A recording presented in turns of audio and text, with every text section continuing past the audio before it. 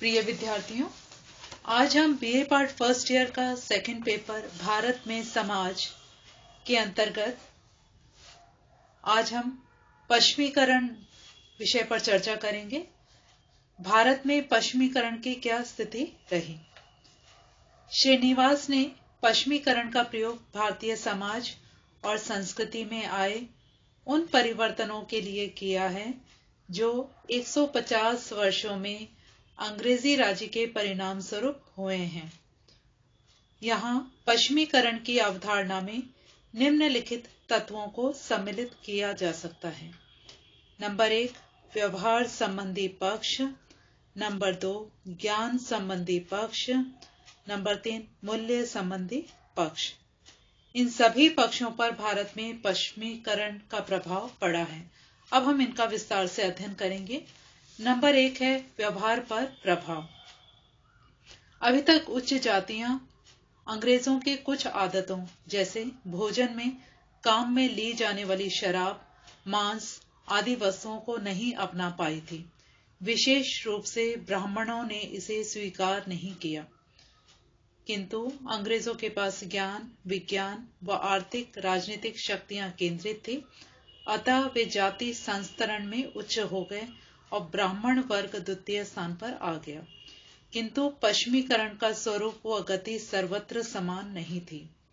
श्रीनिवास ने मैसूर का उदाहरण देते हुए बताया कि वहां के ब्राह्मणों ने अपना मूल गांव त्याग दिया और अंग्रेजी शिक्षा प्राप्त करने के उद्देश्य से बैंगलोर व मैसूर जैसे नगरों में गए, क्योंकि उन्होंने यह जान लिया था कि नवीन राज्य व्यवस्था में नौकरी प्राप्त करने के लिए अंग्रेजी भाषा का ज्ञान आवश्यक है।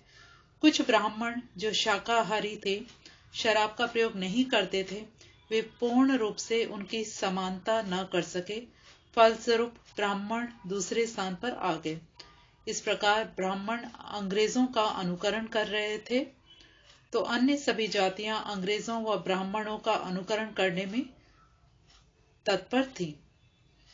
ब्राह्मणों ने अंग्रेजों के मूल्यों और प्रथाओं को आत्मसात नहीं किया।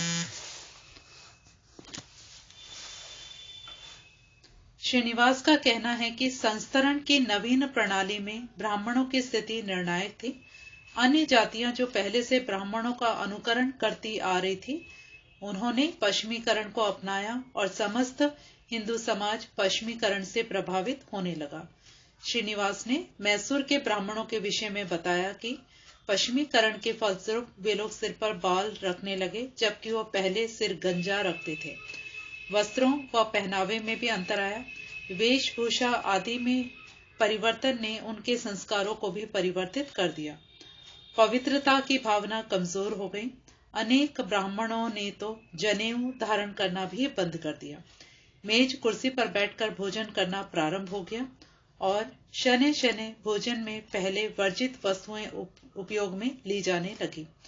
प्याज, अंडा, मांस, सिगरेट आदि का प्रचलन अब सामान्य होने लगा। अनेक व्यवसायों को ब्राह्मणों ने अपनाया। इस प्रकार पश्चिमीकरण के प्रभाव के फलस्वरूप ब्राह्मण वर्ग ने अपनी वेशभूषा, खानपान, व्यवसाय, दृष्टिकोण, आदतों आदि में पर्याप्त परिवर्तन किया। इससे उनका सामाजिक क्षेत्र व्यापक हुआ, सामाजिक गतिशीलता आई और उनके पारंपरिक रीति रिवाज, दृष्टिकोण, मान्यताएं आदि परिवर्तित हो गई। नंबर 2, ज्ञान पर प्रभाव। पश्चिमीकरण के फलस्वरूप भारत में साहित्य, विज्ञान, प्रौद्योगिकी आदि के ज्ञान में पर्याप्त वृद्धि हुई है। पश्चिमीकरण के फलस्वरूप अनेक नवीन शिक्षण संस्थाएं प्रकाश में आई, जिनमें शिक्षा प्राप्त कर लोग उच्च व्यवसाय, नौकरी, व्यापार, उद्योग धंधों को प्राप्त करने लगे। यातायात व संचार के साधनों का विकास हुआ। गांवों की तुलना में पश्चिमीकरण का प्रभाव नगरों में अधिक हुआ। श्रीनिवास का मानना है कि साधारणतया नगरों में रहने वाले लोग गांव में रहने वालों की तुलना में पश्चिमी प्रभावों से अधिक प्रभावित रहे हैं। बंबई, कलकत्ता, मद्रास में रहने वालों पर पश्चिमीकरण का अत्यधिक प्रभाव पहले ही पड़ने आरंभ हो गया था। सभी जातियों पर शिक्षा का प्रभाव पड़ा, कुछ पर कम, कुछ पर अधिक मात्रा में। जैसे ब्राह्मण वर्ग ने सभी स्थानों पर नवीन नौकरी पेशों को अपनाया। उत्तर भारत में कायस्थ समूह लिपिक व सरकारी अधिकारी बने।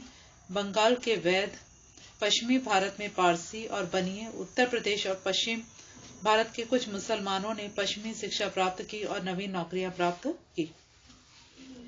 श्रीनिवास का कहना है कि मुसलमानों के दो वर्ग थे। एक वह वर्ग जो अंग्रेजों के भारत आने के पूर्व से ही कुलीन वर्ग में गिना जाता था और राजनीतिक दृष्टि से शक्तिशाली था। अंग्रेजों के शासन में आ जाने के कारण उनसे रुष्ट था और पश्चिमीकरण का भी विरोधी था, किंतु बाद में 19वीं सदी के अंत में यह वर्ग पश्चिमीकरण की धारा में बहने लगा। इसका उदाहरण सर सैयद अहमद खान हैं, जो पश्चिमीकरण आंदोलन के संस्थापक थे। भारतीय राष्ट्रीय कांग्रेस में भी कई मुसलमान पश्चिमी संस्कृति से प्रभावित थे। मुसलमानों का दूसरा वर्ग जो निम्न जातियों से धर्म परिवर्तन करके मुसलमान बना था, वह मुसलमान जातियों के संस्तरण में सबसे नीचा था, गरीब था, वह पश्चिमीकरण में पीछे रह गया।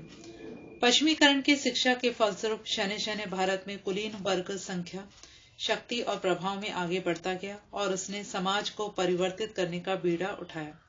समाज को अनेक कुरीतियों से उबारने का कार्य उस समय अनेक नेताओं द्वारा किया गया, जिनमें तिलक, गोखले, टैगोर, विवेकानंद, रानाडे, गांधी, जवाहरलाल नेहरू आदि प्रमुख थे। इन लोगों ने अनेक सामाजिक कुरीतियों का विरोध किया जो उस समय प्रचलित थी, जैसे बाल विवाह, सती प्रथा, विधवा विवाह निषेध, स्त्री शिक्षा का विरोध, अस्पृश्यता और अंतरजातीय विवाह निषेध आदि। राजा राम मोहन राय ने सुधार आंदोलन चलाया और उस समय नेताओं ने यह अनुभव किया कि राजनीतिक दृष्टि से स्वतंत्रता प्राप्त करने पर ही देश को मजबूत बनाया जा सकता है। अतः 19वीं सदी के अंत में राष्ट्रीय जागृति का उदय हुआ। इस प्रकार पश्चिमीकरण ने एक कुलीन वर्ग को जन्म दिया, जिसने भारतीय समाज में व्यापक अनेक कुरीतियों को जड़ से हटाने का कार्य किया। तीसरा, मूल्यों पर प्रभाव। पश्चिमीकरण का प्रभाव भारत में मूल्य संबंधी पक्षों पर भी पड़ा। मानवतावाद, समतावाद, लौकिकीकरण जैसे मूल्यों का उदय हुआ। उच्च शिक्षा प्राप्त करके व्यक्तियों का दृष्टिकोण व्यापक हो गया। श्रीनिवास का मानना है कि शिक्षा, ऊंची आमदनी, नगरीकरण से जीवन शैली का लौकिकीकरण होता है, जिसमें भोजन की प्रवृत्ति के साथ साथ भोजन के समय और भोजन की वस्तुओं में भी परिवर्तन होता है। जैसे टेबल पर भोजन करना लौकिकीकरण है, यह परिवर्तन व्यक्ति के स्वास्थ्य और क्षमता में भी वृद्धि करता है। इस विषय में एक और बात स्पष्टतया दृष्टिगोचर होती है कि पश्चिमीकरण का अर्थ यह नहीं कि भारतीयों ने अपनी परंपरागत जीवन शैली को बिल्कुल त्याग दिया हो, बल्कि पश्चिमीकरण के फलस्वरूप व्यक्ति के व्यवहार के कुछ पक्ष उससे प्रभावित होते हैं और कुछ क्षेत्रों में परिवर्तन नहीं आता। जैसे संपूर्ण भारत में दशहरा पर्व पारंपरिक ढंग से ही मनाया जाता है। लोग अपने धंधों से संबंधित औजारों को साफ करते हैं, पुष्प अर्पित करते हैं, सिंदूर लगाते हैं और यह प्रथा गांव तथा नगर दोनों में ही समान रूप से प्रचलित है। श्रीनिवास का कहना है कि अब इस अवसर पर मोटरों को धोकर उन पर मालाओं से सजावट की जाती है, सिंदूर लगाया जाता है। लोग मशीनों, टाइपराइटरों, सिलाई आदि की मशीनों को भी इसी पारंपरिक ढंग से सजाते हैं। इसका अर्थ यह है कि पश्चिमीकरण की प्रक्रिया में आधुनिकता को अपनाने के साथ साथ परंपरागत मूल्यों को नहीं त्यागा गया है। सारांशतया यह कहा जा सकता है कि पश्चिमीकरण में तार्किकता, बौद्धिकता, व्यक्तिवादिता, वैज्ञानिकता का स्थान सर्वोपरि है। इसमें धार्मिक संकीर्णता, अंधविश्वास आदि का कोई स्थान नहीं है। वैचारिक स्वतंत्रता इसका प्रमुख गुण है। भारतीय समाज में पश्चिमीकरण के प्रभाव के फलस्वरूप सामाजिक, आर्थिक, राजनीतिक, धार्मिक जीवन में अनेक महत्वपूर्ण परिवर्तन होने प्रारंभ हो गए। शिक्षा के फलस्वरूप राजनीतिक जागरूकता में वृद्धि हुई, जिसने संगठित आंदोलन का रूप ले लिया और फलस्वरूप भारत राजनीतिक रूप से स्वतंत्र हो गया।